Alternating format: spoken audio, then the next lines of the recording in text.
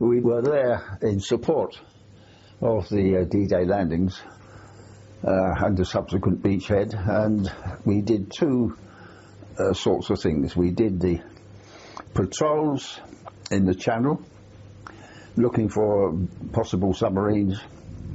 Weren't any.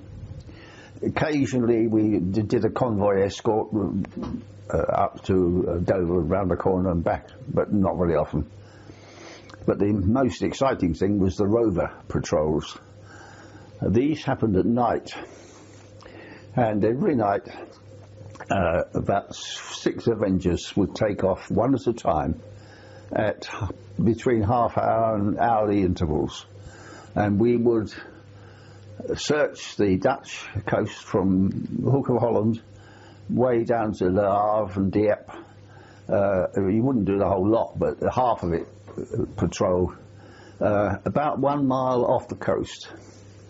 Now we had radar on board the Avenger, worked by the observer, who had to get down from his normal chart position, go down below and work the radar. And he would tell me that there's a blip on the radar screen so many miles ahead. I would say, right, is it ahead or is it to port starboard? He would tell me the direction. I would set the compass and I would head for the blip. The blip would be a vessel of some sort under movement, most likely. There might be more than one blip, so each ship makes a blip. And if one got near enough to a blip, so on, he would tell me that 1 mile now, 1 mile, you should be able to see the wake. Now, I don't mean the ordinary white wake you see behind the ship. You don't see that at night. No. What you do see is a thin blue tail behind the ship, which is caused by phosphorescence made by the propeller, the ship's propeller buzzing round fast. And therefore, behind this moving object, there is this tiny blue thin, it's only a few yards long, but you can see it when you're close enough. And that's always behind the ship. So what you then do is you overfly the ship. You're at 3,000 feet, let's say. You overfly the ship and go half a mile past it, drop a parachute flare. White, brilliant white light. You then turn immediately and do a semicircle round so it's the same distance the other side of the blip ship as the flare is in front of it, and you can see this black shape of the ship in the flare path in the water. So there's a silvery flare path from the reflection of the parachute flare, and there's this black blip, and that's your target.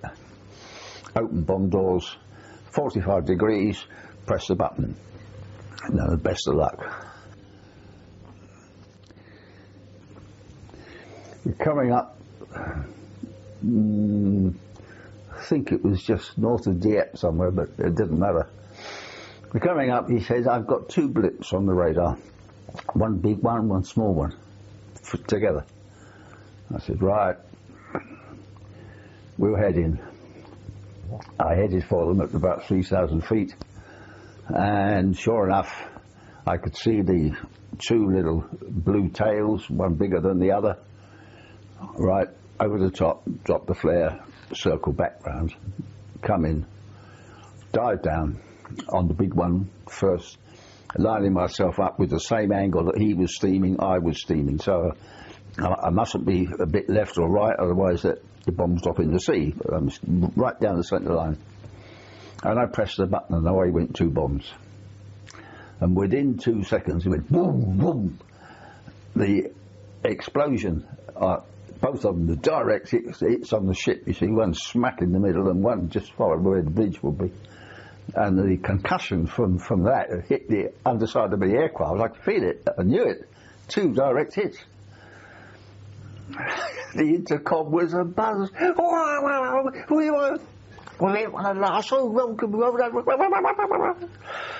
Shut up, I said. Let's go down and have a look. So I went down to 50 feet and circled round about 100 yards around this burning ship. And I could see characters running down the escape ladders, the companionways, into the sea. And it was difficult to tell because there wasn't much light except from the ship on fire. It wasn't sinking at the moment, but crew abandoning ship. And I suddenly realised these were Germans. These were the first Germans I'd ever seen. The Germans who made my mother sob when the bomb dropped a few yards from our house in Range Park. And it ruined my dad's dahlias, I tell you. And consequently, I said, I picked up my intercom and I switched on and I said, Vic, that's the gunner. I said, Vic, just turn your turret around and have a go at these buggers. Oh, sure, Skip, he said, and spun his thing round, and I heard his Browning chattering away as I was circling. And eventually, after 2 circles or whatever, he said, I'm out of ammunition, I've got to change belts, Skip. Hang on, I can't fire yet. I said, don't worry, I'll go in with my front guns in the meantime. I've got 1 Browning in each wing. 0.5 Browning, yeah. So I went in, I could see a dark shape of the other vessel that was picking up the survivors as best it could, but it was a dark, confused mess. There was smoke and, of course, flickering light. I just fired into the melee of whatever was ahead of me in the darkness, knowing that I might manage to kill somebody, which I figured was my job in the Fleet Air Arm. And eventually, Vic says, OK, Skip, I'm having another go. Righto, I circled again. Johnny calls up and said, Ricky, don't forget you got 2 more bombs. I had forgotten. Yeah, God's truth, there's this other vessel sitting there. Right, we'll attack the other one. Went away, climbed up 3,000, came round again, dropped another flare. 2 direct hits on the second vessel. Johnny said, how's the petrol, Rick? We've been 4 hours or something like that, you know. A long time going circling around doing all this business. It was moving, exciting, gripping. One was on the tips of one's toes, mentally as it were, and physically as well. I don't know that on any other occasion had that ever happened to me. And so the excitement meant that this was living, if you see, as opposed to dying. So I turned away, somewhat regretfully, flew back to Hawkinge. Report to the CO. CO wants to see you, said the senior pilot. I said, I bet he does, yeah. Sub-Lieutenant Rickman reporting, sir. Ah, well done, Rickman. Good job last night, yes? I said, yes, sir. He said, yes, I know, I can confirm. He said, I was coming up the next Avenger after you, funnily enough, and by the time I got there, I could see exactly what happened, so I'm going to recommend you for a decoration. If this had been a naval operation, I would recommend you for a Distinguished Service Cross, a DSC. But this is not a naval operation, this is an RAF operation. We are operating under Coastal Command.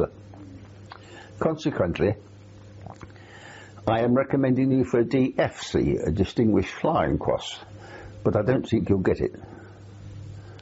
And I just stood there. He didn't say why. Silence. So I didn't ask. I wasn't going to ask why. He said, have you ever heard of the Geneva Convention? And I said, yes, sir, I've heard of it. But what it was for and what it did, I had no idea. He said, you mean that since you've been in the Navy, you've never had it read out to you? And I said, no, sir, never. He didn't say another word. I didn't say another word. I dismissed, and of course he was right. It was considered by those who are responsible that I had contravened the Geneva Convention in some way. I still don't know to this day precisely why. And consequently I received a mention in dispatches. That being the newspaper report of an Avenger in the Channel last night attacking German ships. I have always thought it was a bit unkind of the Navy to deny me a decoration which I reckon I really truly earned, especially in view of the difficulty of the job with no bomb sight and things, sheer practice. On a technicality like that, which was their own damn fault. If they hadn't told me, well, then, whose fault was it? Certainly not mine. However, there we are.